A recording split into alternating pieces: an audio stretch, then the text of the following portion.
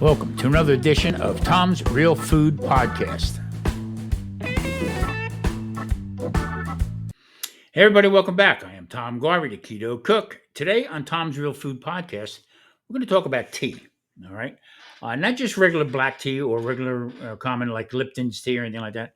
I'm going to be talking about some herbal tea. Now, why am I jumping into herbal teas and stuff? Well, it's for preventative maintenance. Let's put it that way. Um, there's nothing really over the counter that you can take to stop flu or cold to that point. So let me explain how this whole thing started. A while back, I was watching a couple friends of mine on YouTube that do crocheting. Okay, and they started talking about, I'm going to take my fire cider and stuff. And I'm saying to myself, what is fire cider? So I asked them, what is fire cider? So they put me in touch with one lady that put them in touch with it. And I started dabbling, looking into this a little bit. So between the one channel that I looked into, and then a whole slew came up. And it was like, well, and I'm surprised I've never, ever heard of this, ever. Now, I do use a lot of apple cider vinegar. I cook with it. I drink it. All right. And it started back probably about 10 years ago. A lot of heartburn. And for me to turn around and use, like Tums or stuff like that, and then all of a sudden with the antacids, I said, I'm not going to take this every time I get heartburn. This is ridiculous. So I did some searching, come across apple cider vinegar with the mother. All right. I said, oh, here's the sales pitch. And this one doctor said that was pitching it. Okay. Not selling it, but just, explaining to people how to use it. To get rid of heartburn instantly, take a tablespoon of apple cider vinegar with the mother, a eighth of a teaspoon of baking soda, put that together, add it to 8 ounces of water. Now it's fizzing and looks like a brown Alka-Seltzer is what it looked like. But once you add it into the water, it sort of slowed down. Now the whole idea with the baking soda was to take some of the acidity off, so that when you drank it down, it didn't do any harm to your teeth, because it can actually take the enamel off your teeth. Now that's telling you something right there. So I would do that, and I was like blown away that within probably 10 to 15 minutes, heartburn was gone. So come to find out that everybody was like misleading as far as what is from heartburn, what causes heartburn, hot peppers, onions, and all this different stuff. Well, doing further research into it, the whole idea of heartburn is because you don't have enough stomach acid, okay, to start breaking everything down. So naturally, it's trying to do its job, and it's bubbling up. That's the way I understood it. Once you add it in the the apple cider into your system, boom, it went away. So then what I started doing was, lately I started backing off putting the baking soda in. All right, and I'd use a little bit less of the baking soda, add a little bit more water to it, and slug that down. And actually, it became a pretty good tasting stuff. I haven't had heartburn, I don't know how long. So this is how I got started with it. So as soon as I heard fire cider, I was intrigued. Well, long story short, I found another group that I believe their name is Honeystead. They have honeybees and stuff. Well, they got into this. They're homesteaders. They got into this whole thing with natural herbs and making different tinctures from it. The whole bits that intrigues me. That kind of stuff really does intrigue me. So, like I said, I use a lot of herbs in my cooking and stuff like that. So, everything that these ladies talked about, I had on hand. So, lately, I've been having, not now, but prior to, I've been having trouble sleeping. A lot of stuff on my mind. Doing YouTube and stuff like that. Always trying to generate new ideas and try to keep people attention and stuff like that. And always trying to keep busy. I go to bed. My wife falls asleep. Boom, she can sleep on a picket fence, out like a light. My mind just constantly going, constantly. I'm always looking at other videos and looking at different people's videos and stuff. Well, this lady said, you know what? She's I'm having a little case of insomnia, and I made oregano tea. I was like, whoa, wait a minute. What are you talking about? Oregano tea. Intrigued.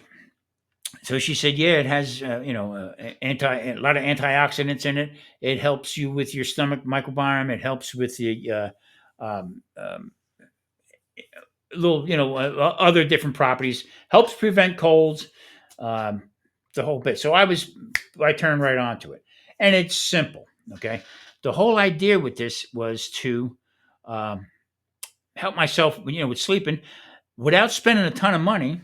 All right. And then I said, wait a minute, hold on a minute. Is she talking about regular oregano? Because there's two types of oreganos. There's Greek and also um, what I use is Mexican oregano. I use a lot of Mexican oregano. That's my preference because it has a really great oregano taste, and also the aroma is like, wow, you know it's there. And the first attraction that you have to food is you with your eyes and then with your nose, and then taste is usually last, but you actually eat with your eyes and your nose. And I know that sounds crazy, but so the whole idea is I'm getting older. Uh, a lot of drug costs, a lot of over the counter um, stuff you don't know. You read the back, the ingredients and stuff on it, and they're $50 and $60 words that I can't pronounce, and you got to look it up. And the description of the words, you need another dictionary to look up what that meant. You know what I mean? So this was pure and simple. This is from day one when people started using these different herbs and stuff. So what I did was looked a little bit further into what they were talking about, and they make fennel tea. Also, they were doing basil tea. All right. Now it's got my complete attention. This is all stuff that I have, and I tell you what, if it works, we're going to try it. If it works, this is a home run. Just to prevent me from getting sick or my wife. Like I said, we're up there in years. I do go to the supermarket quite a bit, different markets and stuff. And I'm noticing now out here a lot more people. It's colder. A lot more people are wearing masks. Okay, and I get it. I don't want to. I don't want to get sick.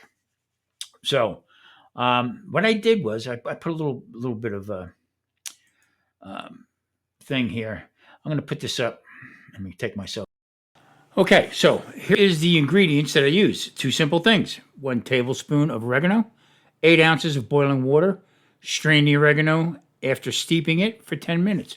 How simple is that? Okay, so the bottom line is now you can play with this. It might be a little strong for you. You can play with it back and forth. There's no set of rules with it. A tablespoon seems to be the optimal amount. Now, I being a type 2 diabetic, I don't use honey at all.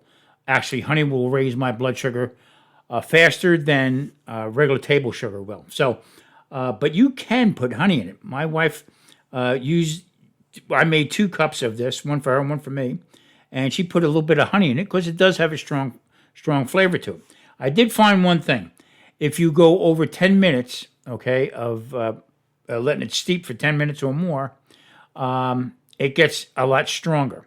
So 10 minutes seems to be the optimal time for it. And I got to tell you what, after we drank it, I got the sensation like my gums went a little numb, okay, and wasn't that much longer, probably maybe an hour or so, I went to sleep. And there again, I slept for 7 straight hours without getting up. Usually, I'm an older guy now, so usually I get up 2 or 3 times throughout the night, okay, to use the men's room. I slept straight through. Now, do I recommend doing this every night? I wouldn't. Only use it for if you feel something coming on or whatever, or do it once a week, all right, to help you out. Got me back into my sleep mode again. Really worked out well. So, 1 tablespoon of oregano, 8 ounces of boiling water. Now, I put 10 ounces in, let it boil, and then if if it loses a couple ounces out of it through steam, it's fine. The other one I found to work really well is fennel tea. Now, my wife loves this right here. Now, back in the day, my sister-in-law, her family had a truck farm in New Jersey, and they would supply Philadelphia and New York to the farmers markets. And fennel was the first time I was introduced to it. I was a kid, and they called it fenugreek. All right. If you take the bottom parts, it reminds me of celery, but it has a great licorice taste. It's always good for your stomach, they always said. Also, it has immune boost in it. Helps you out, antioxidants, the same stuff. This can play well with women, especially if you're breastfeeding or whatever. Can help you there. We're not going into that one right now, but it really has a great flavor to it. It has that licorice kind of taste to it, and usually when I cook with it, I'll use the top part of it. I'll cut that up small. Also use the little the ferns on it, and use that in a salad. Whatever, great flavor. You can make a delicious salad dressing from this also. So this is another good one. This is like the last one that I would use. Very good for your stomach if you have any kind of stomach issues. So yeah, fennel tea is really good. Now I've heard of this one before. This also will help you sleep, but oregano seemed to put my lights out better. Now this mamma jamma right here, this thing, okay, star anise, cinnamon, and clove. Okay, make a tea out of this. Now, teaspoon of each, except for the cinnamon. I will put a whole cinnamon stick in it or crack it, break it in half, and put that in there. There again, same technique, only this one is a teaspoon of each. The cloves will actually give that numbing feeling, and it's gonna help you. Now, any kind of stomach issues, stomach flu, or even upset stomach. If you have heartburn, okay, this will also help you. But the reason why I use it is because of the properties in each one of these will help lower your blood sugar. All right, you can actually watch it go down after 10 or 20 minutes.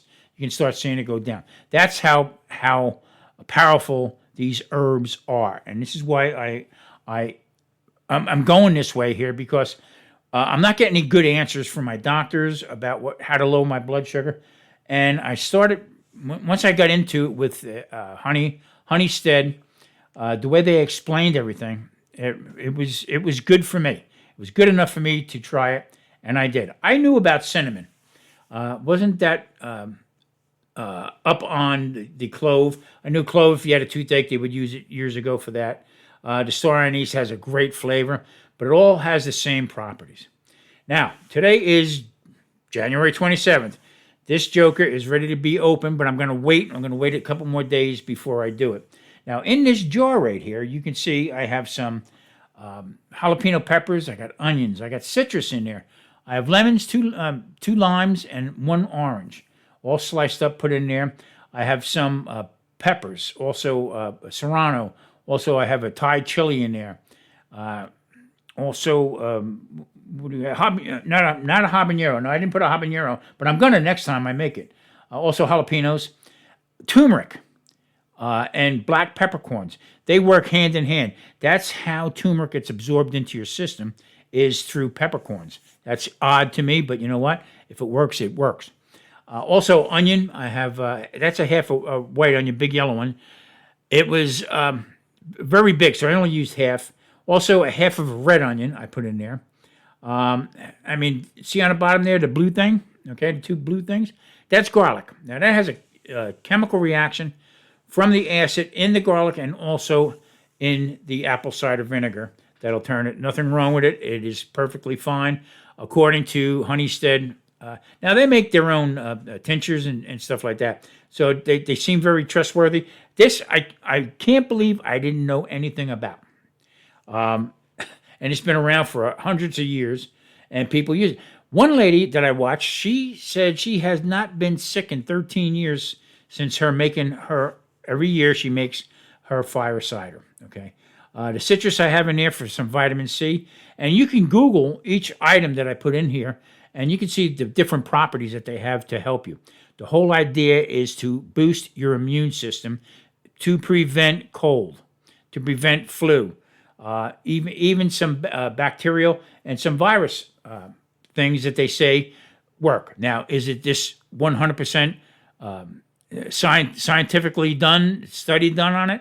No, because they don't want to do it. They don't want to do that because they'd rather sell you something to drink over the counter that's $35 instead of this right here that probably cost me $6 or $7 to make, if that.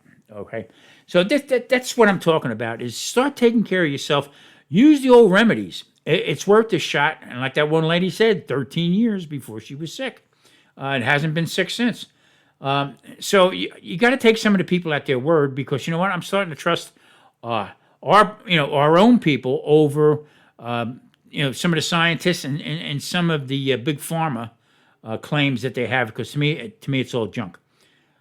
They're just out to make the money. This is not going to make nobody money right here, okay? But I got to tell you one thing: I'm getting too old to be getting sick. All right, and this is how I'm going to run my life from now on. Give it a try, and it's not going to hurt. Okay. Now, from what I understand, like I said, I never had this before, but I did have apple cider vinegar with all them peppers in there, and the onions and the citrus and stuff. This packs a punch. All right.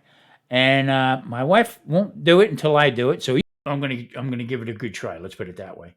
And if it works, I don't care about the taste of it. But that's exactly what I'm going to be using to get through the year. Now, like I said, I see a lot more people walking around with masks on and stuff, and I'm not. I don't go there with any of that crap. If you feel you want to be protected, knock yourself out. That's all right with me. I'd rather do stuff like this between the teas. And the way I eat. All right, soups. We make a lot of soups throughout the winter. Chicken soup. I'll make some beef soup, and that's my go-to. Last year, I made a soup out of all different types of peppers. I tell you what, that was really good. I put a little sausage in it. All keto, all keto friendly. This is the point I'm making. Is on my channel, eat clean. All right. You pick up the asparagus. You look at the asparagus. There's no ingredients. You're cutting up the meat. Now there's a big controversy about, well, between grass fed and corn fed, feedlot raised cattle and stuff like that. I can't afford grass fed anything, and on top of it, where I shop, they don't have it. All right. And to me, why would you want to put yourself through that kind of shit? Food is expensive enough right now, especially meats. Okay, that really we can't afford. Now you seen I bought that chuck roast I did a couple weeks ago. Cut that all up. That freezer is packed with that. So am I going to compromise and say, well, I can't do keto or I can't do carnivore because it's not grass-fed meat? That's the silliest thing ever. The sugar addiction is what we're trying to avoid right here. Um, Lowers your resistance, and it's just not there. Now there's a lot of people out there that are really railing against what we do, as far as it's almost like us against everybody else. When I mean us, anybody who's doing this keto lifestyle or carnivore or whatever. But here's my claim right here. I don't care what you're doing. All right. If you're avoiding high carbs and if you're avoiding sugar, because high carbs is sugar, it turns into sugar. There's no ifs, ands, or buts about it. All right. And if you stop getting away from between high carbs and plus sugar and then added sugars, all right, you're doing your body good. This is the time of the year right now, we're January 27th. This is where most people turn around and start, I can't do this no more. This is completely crazy. What? I lost 3 pounds. I miss eating this. Miss eating bread. I miss eating, a little bit of candy. Why can't I have a little bit of chocolate? Now, getting back into the enablers real quick. This is where this whole thing right here, okay, this keto guy right here, this is where I go against everybody. All right. This is when most people that you watch that have keto cooking channels or keto what I buy or what I eat in a day and all that stuff, they're compromising. They're getting to the point where the mind is taken over. The cravings are still there. They're craving a donut. So what do they make? They make keto cake, keto brownies. There's no such thing. All they're doing is mixing different ingredients, okay? And the jury's still out about almond flour, whether it's going to hurt or help, coconut flour, whether it's going to hurt or help, or all these different proteins that they're using. That's the problem. because the long term is not there. There are people who do carnivore channels. Okay, one guy, I can't do this no more. I failed. I was doing some kind of a business where I was around food all the time, and I tripped and fell. And other people going after. That's not what we do. I do here. Okay, I'm showing you exactly what to eat. All right, how clean it is. I don't preach. Okay, just how clean it is to kill the cravings. Let me give you a little secret. The whole idea about doing keto or carnivore is to get yourself full. You hear what I said? Eat until you are full.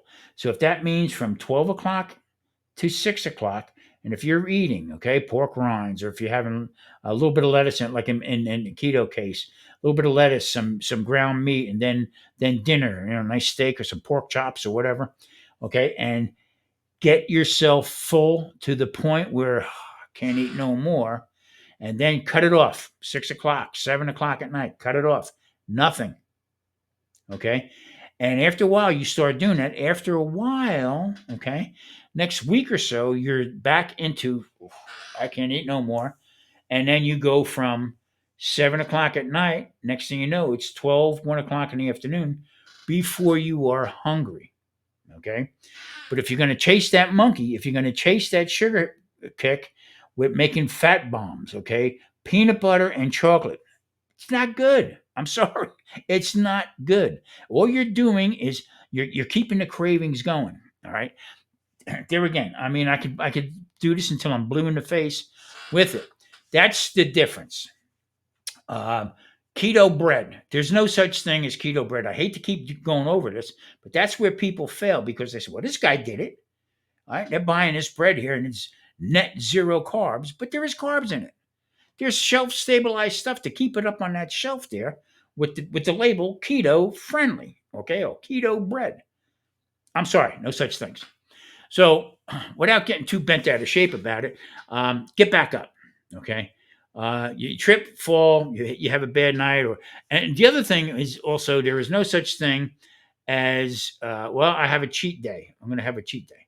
You're hurting yourself, especially if you're type 2 diabetic. That is the bad downfall right there because now you got your blood sugar going low. You're trying to get it stable, and now cheat day, now you're up and down like this again. And that takes 3 or 4 days to get leveled back off again. It just doesn't happen like that. So listen, take it from me, an old guy, all right? Listen to me.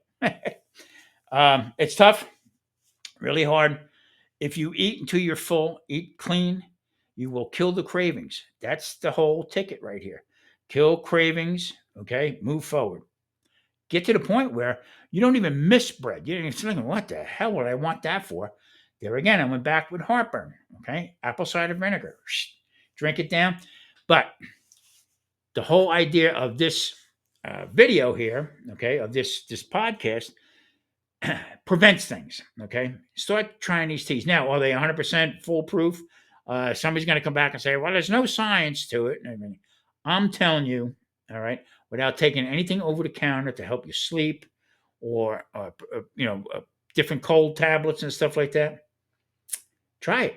Okay, I think you might find it that it works. All right.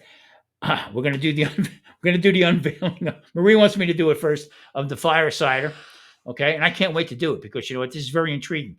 This seems to be that it was around for a long, long time, and boy, I tell you, I think I'm up on things, but this flew right over my head, and I'm so intrigued to do it because I know what apple cider vinegar can do. Now there's naysayers out there about you don't want to use apple cider vinegar and it ain't going to do nothing. It's been my friend from the beginning, even further back. Okay, when I had with the cancer and stuff like that, and I was first diagnosed with type 2 diabetes. This helped me. It really did help me get over the hump.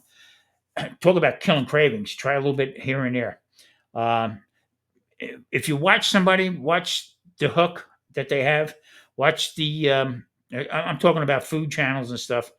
Try this and lose 50 pounds. Um, you really got to You really got to be careful with it. And I applaud you if you kept up with the keto lifestyle up to this point. If you're seeing results, please leave a comment down there.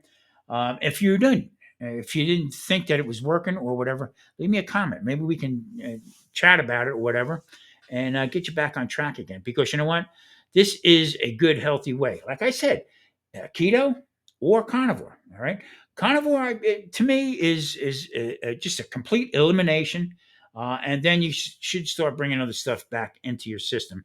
For no other reason, because it is very pricey. And once you start compromising, like steaks or ground beef, and then you start getting processed foods, you start eating processed foods instead of the whole, the full steak or the ground beef that I grind it myself. I think you're fooling yourself, and you're just going back, because there are, like I said there was 74 different names for sugar. There is actually close to 200 that they use to get around the FDA and what the labeling about sugar. Sugar's bad. I had one gentleman tell me that he knows what he's doing with the sugar. Okay, know how much he's using and this and that, so he doesn't completely cut it out, but he is aware of what it is, and that's a good way to be. If you don't have type 2 diabetes, if you don't have any kind of underlying ailments and stuff, but it is known. Okay, now it is known that it causes inflammation. It is like the number one cause for people to have inflammation, and boy, do I know it. So, all right, everybody, listen, I really do appreciate it. I don't want to be too long here today. Thank you so much for the subscribers. Also, thank you for watching. Please hit that like and subscribe button, and check back next week. I think we're going to do some more cooking, and I'm going to try to do a live. I'm do this and see if I can get this out there on a podcast to be live, but we will see. All right, everybody, thank you so much for watching. I'm Tom Garvey, Keto Cook, Tom's Real Food Podcast. Catch you next week. Thank you.